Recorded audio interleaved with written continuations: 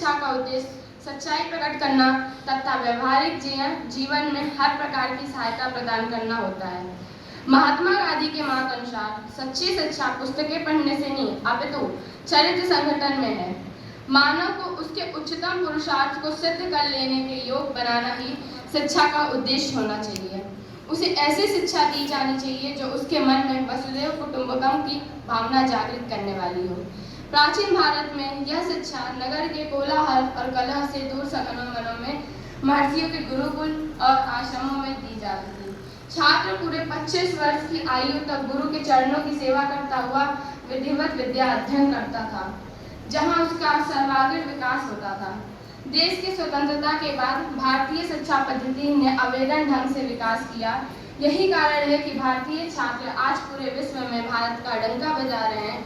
महोदय, कोविड काल में एक और शिक्षा व्यवस्था ने विस्तार लिया, जिसे वर्चुअल शिक्षा और ऑनलाइन शिक्षा कहा गया।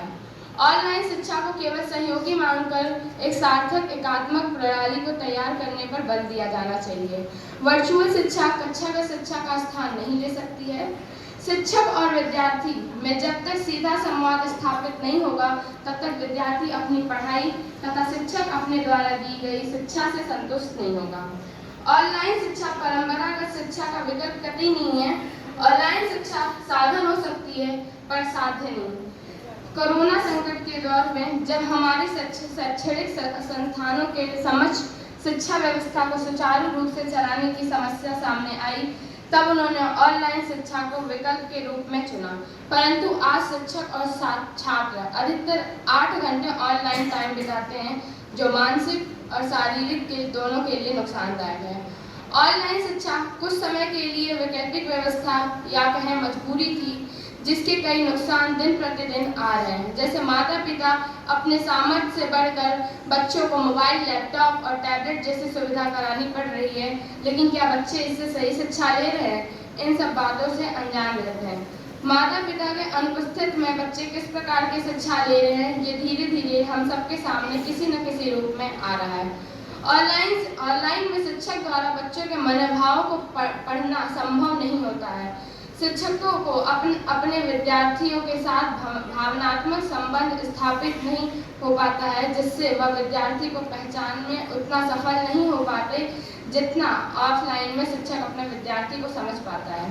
कक्षा शिक्षा प्रणाली में शिक्षक नजर पूरे कक्षा में समान तरीके से पूरे विद्यार्थी को देखता है। क्या ऐसा ऑनलाइन में संभव है? नहीं। वह अपने शिक्षण कौशल के योजित परिवर्तन करता है। यह नित्य और नवाचार की उसके विद्यार्थी शिक्षा के लिए आवश्यक उत्पन्न कर देते हैं। और क्या ऑनलाइन में संभव है? नहीं।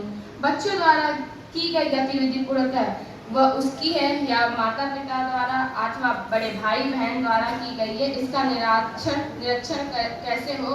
और उस पर से ऑनलाइन के मुख्य माध्यम नेटवर्क समस्या शहरी इलाकों में सुचारू रूप से कार्य नहीं करती है, तो ग्रामीण इलाकों के बच्चों के लिए ऑनलाइन संभव नहीं है।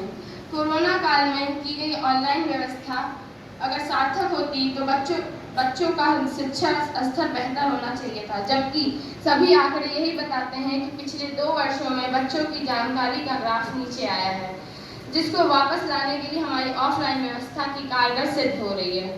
आज के समय में ऑनलाइन व्यवस्था केवल बिजनेस माध्यम हो गई है, जहां बड़ी बड़ी कंपनियां लुभावने आश्वासन द्वारा धन अर्जित करने का कार्य कर रही हैं।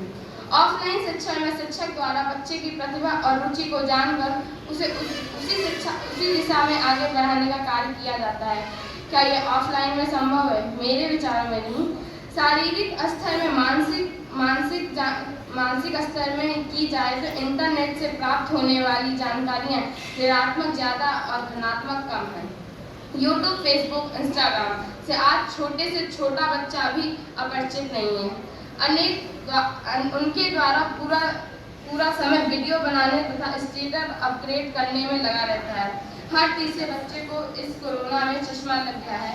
सभी के हाथों में मोबाइल आ गया और यह सबका कारण ऑनलाइन व्यवस्था है।